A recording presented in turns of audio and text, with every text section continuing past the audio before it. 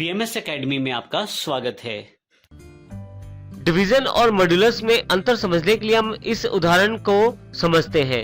देखिए हमारे पास left side पे जो उदाहरण दिया गया है वो मॉड्यूलस का है। हमने यहाँ तीन वेरिएबल लिए हैं, इंटीजर ए बी सी।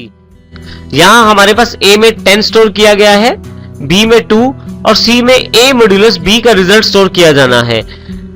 जब भी हम मॉड्यूलस ऑपरेटर का प्रयोग करते हैं तो वो आउटपुट में रिमाइंडर प्रदान करता है। यदि आप यहां देखें तो जब मैं 10 को 2 से भाग देता हूं तो मेरे पास जो शेष बचता है वो 0 बचता है, जो कि सी में स्टोर किया जाएगा, क्योंकि मॉड्यूलस ऑपरेटर रिमाइंडर को स्टोर करवाता है और हमारे पास यहां रिमाइंडर 0 है, इसलिए सी में जो आउटपुट रहेगा वो 0 रहेगा। डिवीजन की बात करें तो हमने यहां भी 3 वेरिएबल लिए हैं, ए बी सी। ए में 10 है, बी में 2 है और सी में ए को बी से भाग किया गया है। यहाँ पे उदाहरण के तौर पे देखें तो हमने 10 को 2 से भाग किया है। इसमें यहाँ पे फर्क ये है कि जब जो सी में आउटपुट आएगा वो क्वोशंट के रूप में आएगा, अर्थात भागफल के रूप में आएगा। देखिए यहाँ पे 5 जो भागफल है या क्वोशंट है हमारे पास वो सी में स्टोर किया जाएगा। तो इस प्रकार जब मॉड्यूलस का प्रयोग करते हैं तो आउटपुट रिमाइंडर के रूप में अवेलेबल रहता है, और जब डिवीजन का प्रयोग करते हैं तो आउटपुट क्वोशंट के रूप में अवेलेबल रहता है। यही दोनों ऑपरेटर का मुख्य अंतर है। नेक्स्ट ऑपरेटर जो हमारे पास उपलब्ध है रिलेशनल ऑपरेटर के रूप में। जब हमें वेरिएबल्स के बीच में तुलना करनी होती है तो हम इन ऑपरेटर्स का प्रयोग कर सकते हैं। यहाँ हमने उदाहरण में ए और बी 2 वेरिएबल्स को प्रयोग किया है और इसके आधार पे हम यहाँ इन ऑपरेटर्स का प्रयोग करेंगे। यदि आप सबसे पहले देखें, यहाँ पे हमारे पास ऑपरेटर उपलब्ध है इक्वल के रूप में, greater than, less than, greater than और इक्वल, लेस देन और इक्वल और नॉट इक्वल। सबसे पहले हम बात करते हैं ऑपरेटर जो सबसे पहले उपलब्ध है इक्वल के रूप में। इक्वल में यहाँ पे हम 2 इक्वल के निशान का प्रयोग करते हैं। इक्वल का प्रयोग 2 वेरिएबल्स की इक्वलिटी को चेक करने के लिए किया जाता है। जैसे हमारे पास यहाँ यदि मैं ये चेक करना चाहता हूं कि क्या a जो है वो b के बराबर है, यदि a b के बराबर है तो हमारे पास आउटपुट ट्रू रहती है, अन्यथा हमारे पास आउटपुट फॉल्स अवेलेबल हो जाती है। इसी तरह से ग्रेटर देन का प्रयोग करते हैं। इसका प्रयोग भी हम वेरिएबल्स को कंपेयर करने के लिए करते हैं। यदि हम यहाँ ये चेक करना चाहते हैं कि क्या a में स्टोर की गई वैल्यू b से बड़ी है, यदि ये बात सत्य है अर्थात सही है ये बात, a बड़ा है b से, तो हमारे पास यहाँ आउटपुट ट्रू रहेगा, अन्यथा हमारे पास यहाँ आउटपुट फॉल्स रहेगा। इसी तरह से हमारे पास नेक्स्ट ऑपरेटर है लेस देन का। इसका प्रयोग हम यहाँ पे इस एग्जांपल के द्वारा समझते हैं। क्या a में स्टोर की गई वैल्यू b से कम है? यदि ऐसा है तो हमारे पास आउटपुट ट्रू के रूप में रहेगा, अन्यथा हमारे पास आउटपुट फॉल्स के रूप में रहेगा। इसी प्रकार से नेक्स्ट ऑपरेटर है ग्रेटर देन और इक्वल। जब भी हम वेरिएबल्स क्या इक्वालिटी और ग्रेटर देन चेक करना है, दोनों को इकट्ठे चेक करना है, तो हम यहाँ पे इस प्रकार से ग्रेटर देन और इक्वल दोनों सिंबल्स को इकट्ठा यूज कर सकते हैं। यहाँ पे यदि आप देखें, यहाँ पे मैं ये चेक करना चाहता हूँ क्या a में स्टोर की गई वैल्यू b से बड़ी है या बराबर है। यदि इन दोनों बातों में से कोई भी बात सत्य रहती है, यदि a में स्टोर की गई वैल्यू b के बराबर हो या b से बड़ी हो, तो हमारे पास आउटपुट ट्रू रहेगा, अन्यथा हमारे पास आउटपुट फॉल्स रहेगा। इसी प्रकार से नेक्स्ट ऑपरेटर है लेस देन और इक्वल के लिए। इसमें हम ये जान सकते हैं कि क्या a में स्टोर की गई वैल्यू b से कम है या b के बराबर है। हम यहाँ से एक साथ 2 चीजों को चेक कर रहे हैं कि क्या a की जो वैल्यू है वो b से कम है या b के बराबर है।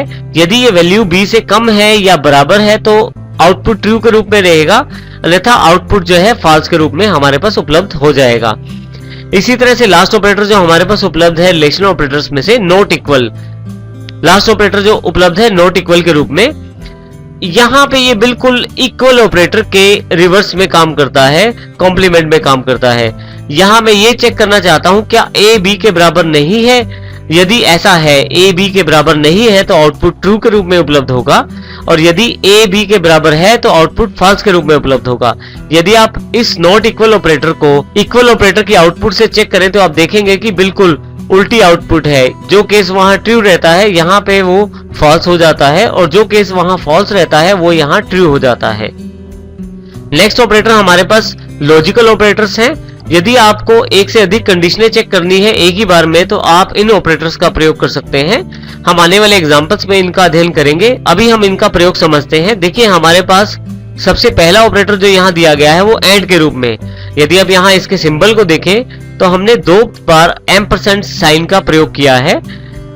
जब भी हम एंड का प्रयोग करते हैं तो उसका अर्थ ये होता है कि यदि सभी कंडीशंस जो एंड ऑपरेटर के साथ जोड़ी गई हैं, यदि वो सभी ट्रू होती हैं तो ही आउटपुट आपका ट्रू रहता है।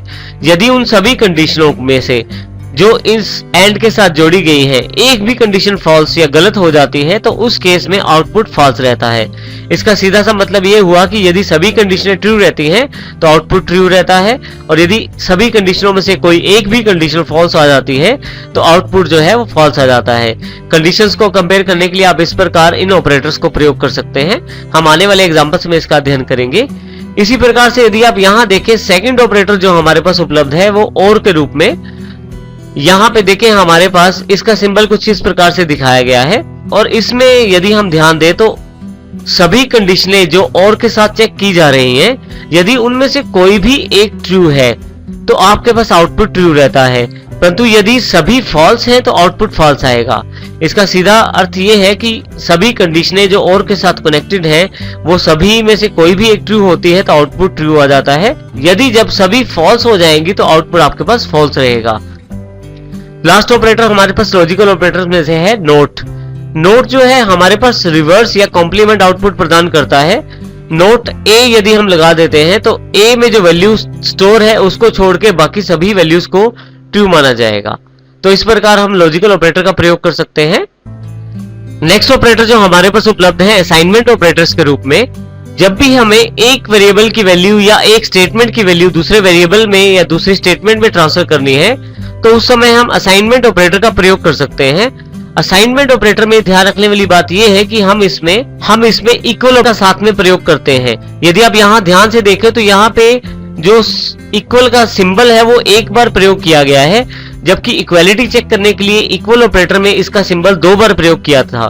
तो इसका अर्थ यह है कि असाइनमेंट ऑपरेटर्स में हम सिंगल इक्वल का प्रयोग करते हैं असाइनमेंट स्टेटमेंट्स को प्रयोग करने के लिए। देखिए सबसे पहले हमारे पास असाइनमेंट ऑपरेटर जो सबसे पहले उपलब्ध है, इसका प्रयोग राइट हैंड साइड की वैल्यूज को लेफ्ट हैंड साइड पे ट्रांसफर करने के लिए किया जाता है। दूसरा जो ऑपरेटर हमारे उपलब्ध है वो ऐड एंड असाइनमेंट ऑपरेटर है, जिसमें हम राइट हैंड साइड की दी गई वैल्यू को लेफ्ट हैंड साइड से जोड़कर फिर लेफ्ट हैंड साइड में ट्रांसफर कर सकते हैं। इसी तरह से नेक्स्ट ऑपरेटर हमारे पास है सब्सट्रैक्ट एंड असाइनमेंट ऑपरेटर, जिसमें हम लेफ्ट हैंड साइड दी गई वैल्यू से राइट हैंड साइड की वैल्यू को घटाकर जो आउटपुट रहता है उसको फिर लेफ्ट हैंड साइड वेरिएबल में स्टोर कर सकते हैं। इसी तरह से नेक्स्ट ऑपरेटर जो है वो हमारे पास मल्टीप्लाई एंड असाइनमेंट ऑपरेटर है। इसमें हम लेफ्ट हैंड साइड के वेरिएबल को राइट हैंड साइड के वेरिएबल से मल्टीप्लाई करके जो आउटपुट आता है उसको फिर से लेफ्ट हैंड साइड वाले वेरिएबल में स्टोर कर सकते हैं। इसी तरह से हमारे पास 2 और ऑपरेटर अवेलेबल है, डिवाइड एंड असाइनमेंट और modulus and assignment. Divide and assignment में हमारे पास लेफ्ट हैंड साइड जो वेरिएबल होता है उसको डिवाइड किया जाता है राइट हैंड साइड वाले वेरिएबल से, और फाइनली जो आउटपुट रहता है उसको फिर से लेफ्ट हैंड साइड वाले वेरिएबल में ट्रांसफर कर दिया जाता है। और फाइनली हमारे पास मॉड्यूलस एंड असाइनमेंट ऑपरेटर है, जिसमें फिर से लेफ्ट हैंड साइड वाले वेरिएबल का मॉड्यूलस एक राइट हैंड साइड वाले वेरिएबल से निकाला जाता है, और फाइनली जो आउटपुट रहता है उसे लेफ्ट हैंड साइड वाले वेरिएबल में स्टोर कर दिया जाता है। यहाँ उदाहरण से समझे तो यहाँ यदि आप पहले ऑपरेटर की तरफ देखें, असाइनमेंट ऑपरेटर की तरफ, तो यहाँ पे C equal to A plus B है जो नॉर्मल स्टेटमेंट है वैल्यूज को असाइन करने के लिए। कभी भी हम डबल इक्वल का प्रयोग वैल्यू असाइन करने के लिए नहीं करते, उसका प्रयोग सिर्फ इक्वलिटी चेक करने के लिए किया जाता है। देखिए बिल्कुल सिंपल स्टेटमेंट की तरह है, जिसमें A प्लस B को टोटल करके फिर से C में स्टोर कर दिया जाता है। ये ध्यान रखिए कि हमेशा पहले राइट हैंड साइड की स्टेटमेंट एग्जीक्यूट होती है और उसका जो आउटपुट रहता है उसको लेफ्ट हैंड साइड की स्टेटमेंट में ट्रांसफर किया जाता है या वेरिएबल में ट्रांसफर किया जाता है।